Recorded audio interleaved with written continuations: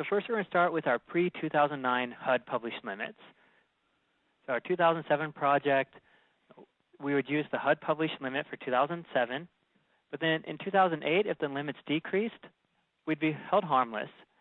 And pre-2009, both new and existing projects were held harmless at the highest prior income limit for that area.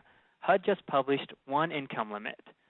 And so whether we're a new project or old project, we used the same income limit because HUD only published one income limit. July of 2008, HERA was passed. And so now HUD had to publish a new set of income limits for MTSP projects. And what they did for counties that were determined under the hold harmless policy of HUD in either 2007 or 2008, these counties are now eligible for this income limit called HERA Special Income Limit.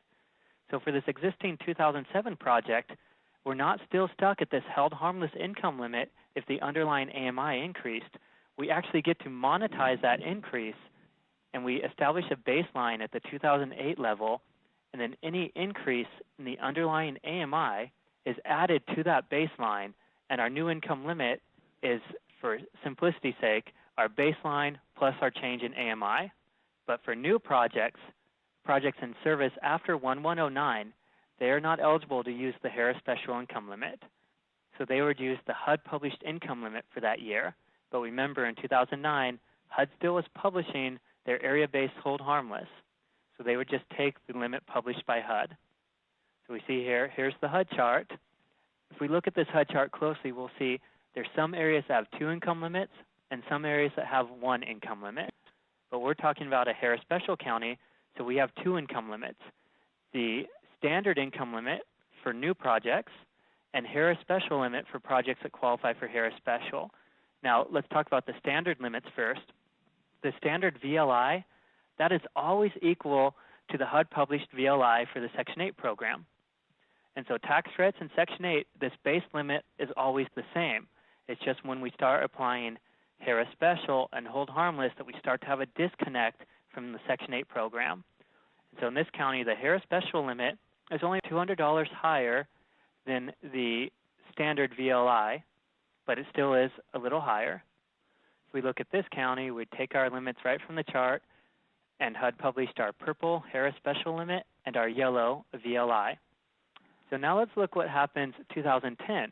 As we said, HUD did away with their hold harmless, but tax credits still has the hold harmless policy in the simplest terms possible.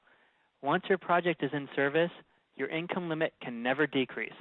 That's the simplest way to say the hold harmless rule. Once again, we do our HERA Special calculation. We look at the change in AMI from 2008 to 2010. And it's showing our HERA Special should decrease. But once you're in service, your income limits can never decrease. And so that HERA Special is held harmless. And then for our 2009 project, once again, HUD has published a lower limit, but we're still held harmless because we can never go down. But what happens to this new 2010 project? Do we use the blue dot, the green dot, or the orange dot? We would use the blue dot. So before we look at a couple of future years, let's look at the different rent limits we'd have for a tax credit project in this county. We're assuming for one bedroom. If you're the 2009 project, your limits aren't published by HUD.